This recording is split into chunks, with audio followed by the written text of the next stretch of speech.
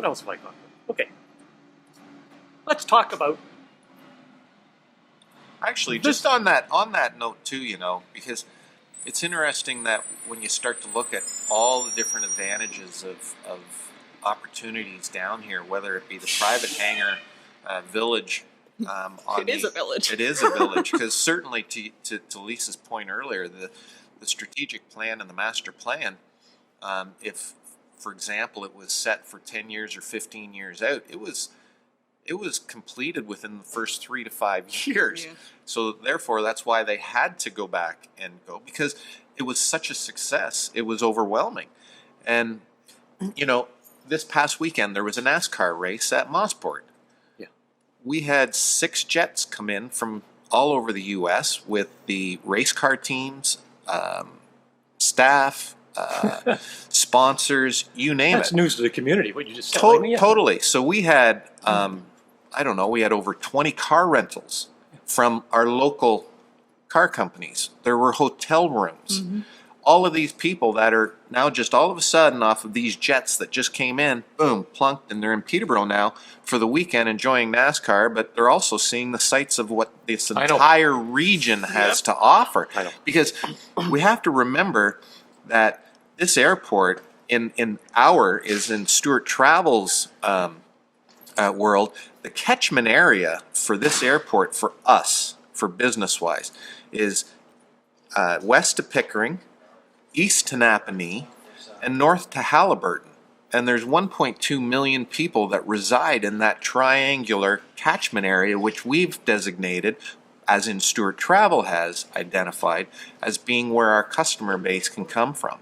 So when we talk about a region, we're talking about planes flying in here that they may have business in Coburg, they may have business in Port Hope or Halliburton or Durham, and they're still going to be using this airport to be servicing their needs. So, I just fly into my jet.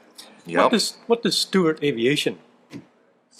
We do everything and anything we They possibly They sure can. do. Yeah. Go for it. Go for it. Well- If we just fly in with our jet, and here we are in Peterborough, and there's the Stewart Aviation, and I don't have any gas. And, Yep. And I don't have. That's the easy I don't have a rented car. Yes. I don't have a roof. So Yes, that's the easy one, and I think it's best thing to do is use the alphabet. We do everything from A to Z. Okay. And when we're coming in, one of the biggest things, Bill, that you can appreciate knowing me for as long as you have, and knowing my sister and my dad, it's all about service, and it's all about that client and customer experience, and we're just trying to take a lot of what we've learned and understood over a 33, 40 year, 50 year in business, bringing it down here, and having the ability to be down here since October, when we acquired the rights for the FBO and everything that comes with It's it. only been since October. Yeah, it's only been since October. So, but a lot has happened in a very short yeah. period of time. But it's funny. yeah, I talked to Dana. Where's Scott? Oh, He's at the airport. But to Lisa's point, these jets and private pilots are coming in here, and we literally are greeting them. Every aircraft, we're marshaling, we're parking, and we are putting out a red carpet for them when they get off their plane. We literally are doing that. I got a red carpet when I get off the airport. Exactly, sure you do. So it's everything from the small and those little things to obviously the easy ones are fueling the aircraft. We have full de-icing capabilities of aircraft all winter long.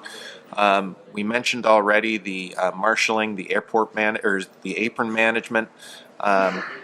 We're also looking at handling all the car rentals for the people that come in, the hotel needs that they have, all the catering that's on board. And that's everything from having, we had people fly in from Brussels last week in a private jet. They were dropping their child off to a camp here for a week, all the way from Europe, which is like, holy cow. And then they were leaving here 5 hours later, flying to Vancouver. So through our good friends at Sobeys, we were able to put AAA Sterling prime rib and salmon on baked. And John up there. and the catering that we're doing is over the top as well, because it's everything from just a couple of portions for 2 people to doing, Thanks for the 100. suggestion. I'll go after John and see if he'll come. Yeah, yeah. We've got full electrical units down here, GPUs, that planes will plug into, and that's everything from medevac when they fly in to be able to keep all the machines on their aircraft running They can do flight plans and that sort of thing. Oh, totally.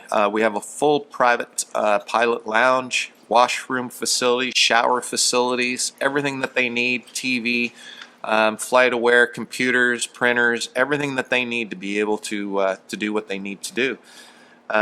We're also here to help and facilitate anything that any of the other tenants may need as well. Yes. And I'll tell you, that's one of the things that I think I'm most proud of, is being able to come here as of October and really cement and push the relationships with all the other tenants. And that was important to me, being the new guy on the block, I guess, and wanting to ensure that we were, that we were doing whatever it was that we could for everybody else to be down here to help them succeed.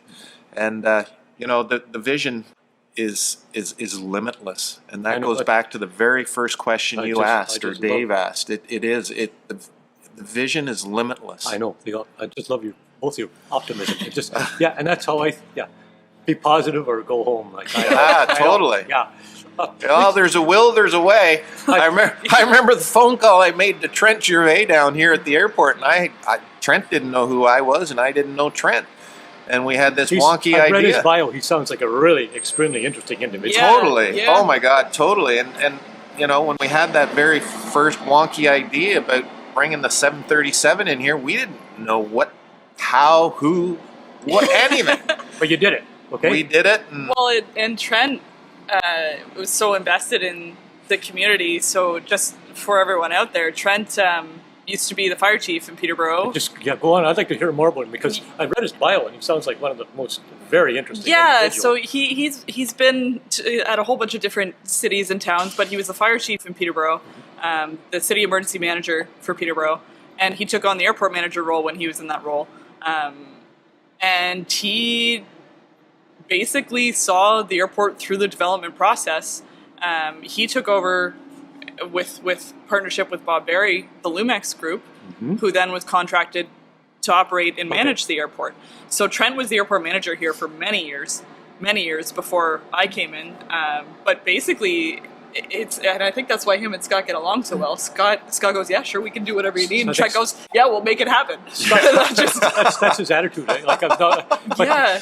We'll find a way. He gets along with everybody, though. And Trent is still, the airport is his baby. It's been his passion and his project for so many years. He's still the general manager over the airport, so he sees a lot of the construction and development and goes out for business development. And he sits as a member of the Southern Ontario Airport Network. So he goes out and tries to sell people on coming to this airport. We're all very passionate about it. We want to be here. We want to see it grow. We want to succeed. I look around, all I see is growth opportunities. Yeah, absolutely.